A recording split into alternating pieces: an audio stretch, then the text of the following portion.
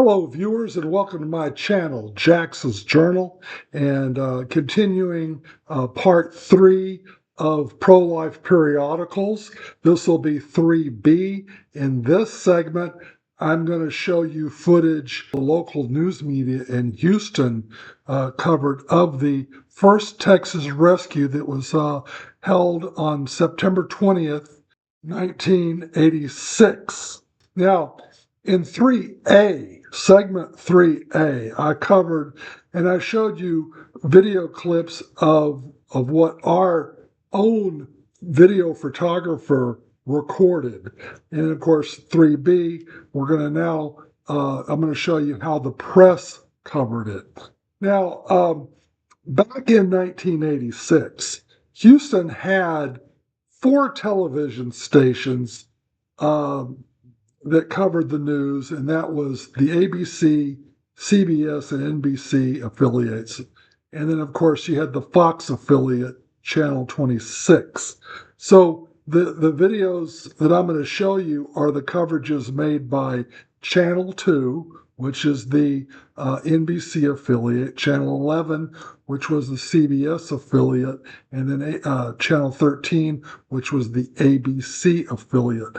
I don't know if Channel 26, the Fox affiliate, ever covered this story or not. I don't ever remember seeing a report by those guys. I do know that they were notified of the rescue. Don Treshman was a master at handling the media, and he was a master at faxing press releases to the different media outlets. He knew all the media outlets that he needed to talk to. He knew who the news directors, the assignment editors were. He knew the names, had their numbers, and he sent lots of faxes.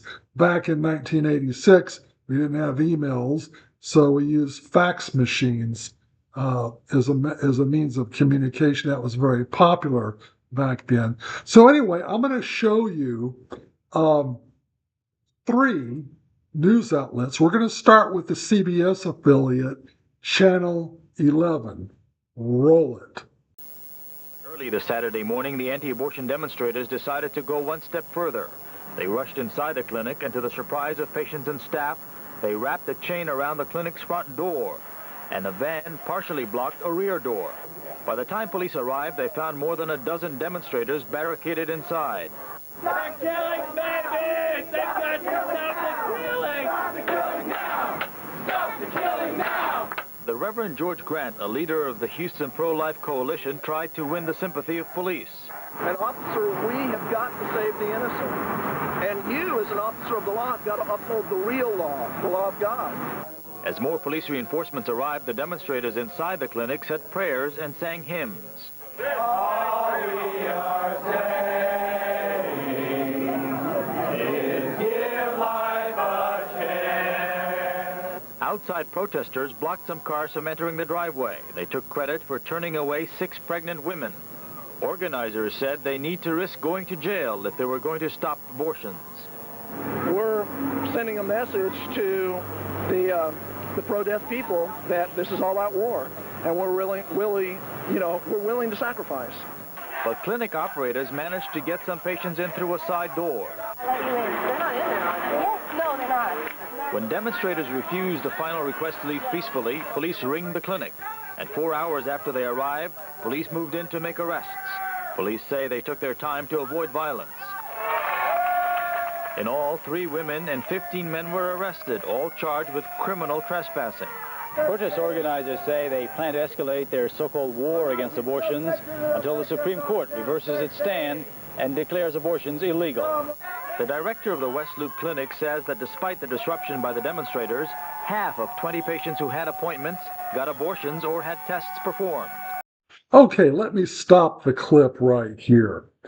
Most abortion mills, the personnel of the abortion mills, they oftentimes would say that our activities there did not stop them from having abortions. Now, it's true they probably did do pregnancy tests there, but while we were there for that 4 hours, there is no way they did abortions. If you understand how the abortion process works, it's about a 2-hour process. An abortion mill is basically an outpatient facility because they're doing a surgical invasive procedure. And the environment has to be very tranquil and relaxed in order for that to happen. So we know that that did not happen during the time we were there. Now, is it possible they could have performed abortions around 12:30 or 1 o'clock after all the hubbub was over?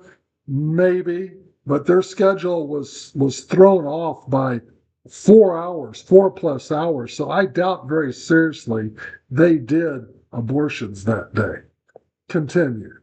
I just would like to ask these people a question. Where were they when women were dying from illegal abortions? Where were they? Where were all these people? All these women that have died because of illegal abortions, who were defending them then?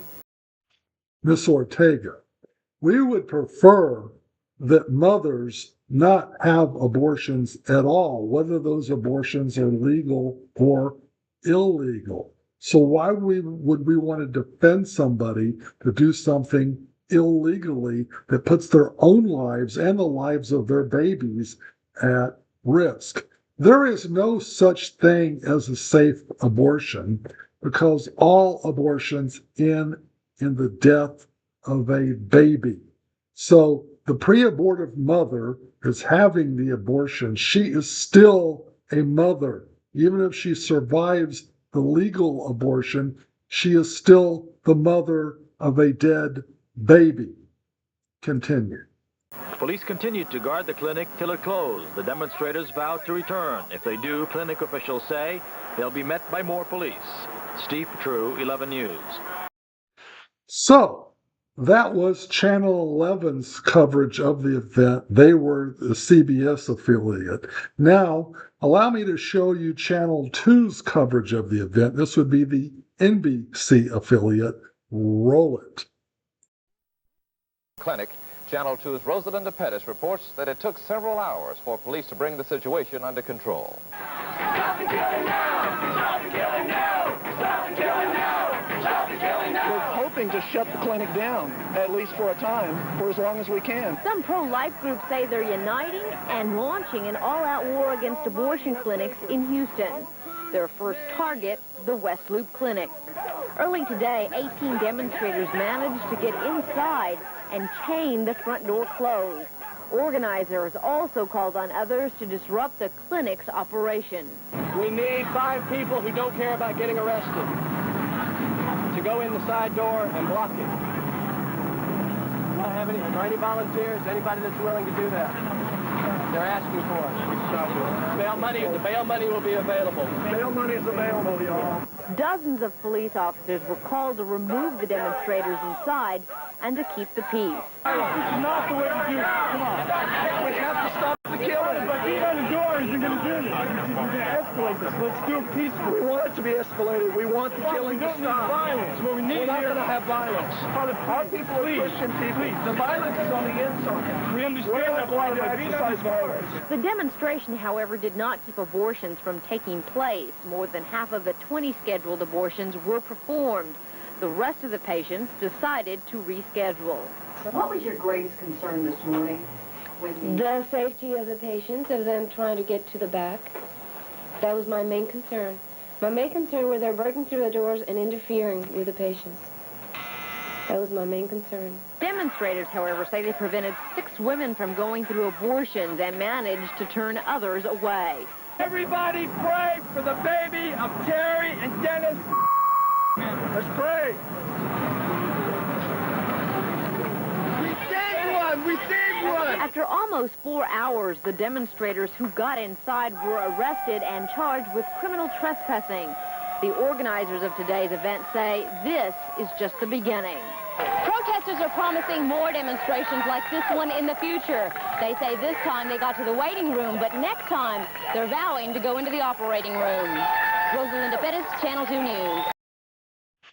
In our press release, we did tell the press that in the next rescue, we'll go beyond the waiting room and actually go into the killing rooms. But actually, that's not necessarily true. We just kind of said that to get their goat, if you will. Most rescues, we either stop at the front door or go into the waiting room. Of the 8 rescues that I've been on, we never went back into the killing rooms. I can only remember one rescue where that actually happened, and I wasn't on that one. So anyway, we just said that to kind of tease the pro aborts and get them all riled up. Anyway, the next video is the coverage that Channel 13, the ABC affiliate, covered. So watch. The group claims a mixture of pro-life activists and calls itself the Houston Pro-Life Action Network. About 70 protesters in all, including 17 who stormed the offices of the West Loop Clinic, which provides abortion services. At 8 this morning, they took over the reception area, chained its doors, and chained themselves to chairs. For more than 4 hours, the sit-in went on, but the protest included more than just a takeover of a clinic waiting room. There are still women getting in this clinic through the side door. We need to block people from getting through this parking lot on this end and the other end because we can't let women get in there. Patients and employees were escorted into the clinic by Houston police, but they had to maneuver around the van that partially blocked a side entrance, left there by a protester. At the same time, cars were blocked at the parking lot entrance. It was a morning full of what was called civil disobedience, a reversal of earlier protest tactics.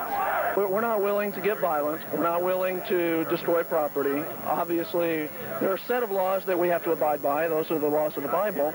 And we're not willing to violate those laws. And yet, at the same time, we feel like we can't bear the shame that would be cast on our future generations, our children, our grandchildren, like a lot of Germans have had to bear the shame of their forebears because of the Nazi Holocaust. But civil disobedience also carries the chance of arrest, and at noon, that's what happened.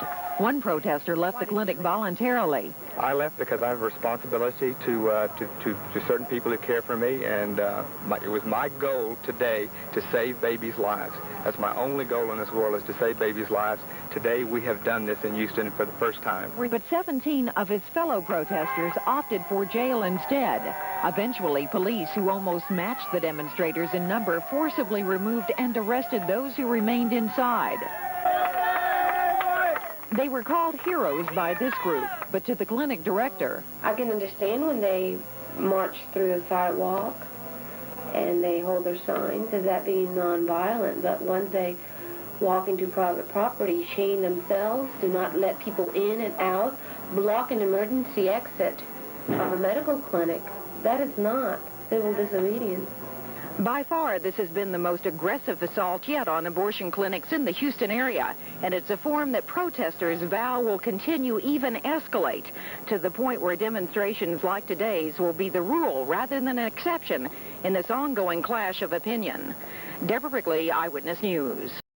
So, there you have it, my friends. That's how the 3 news media outlets that covered the first Texas rescue that occurred on September 20th, 1986. And that was the first of many rescues to come throughout the late 80s, all organized by Don Treshman, who headed up the group Houston Pro-Life Action Network. Thank you for watching, and before you go, please do not forget to like, share, comment, and subscribe. And I'll see you on the next edition of Pro-Life Periodicals. God bless.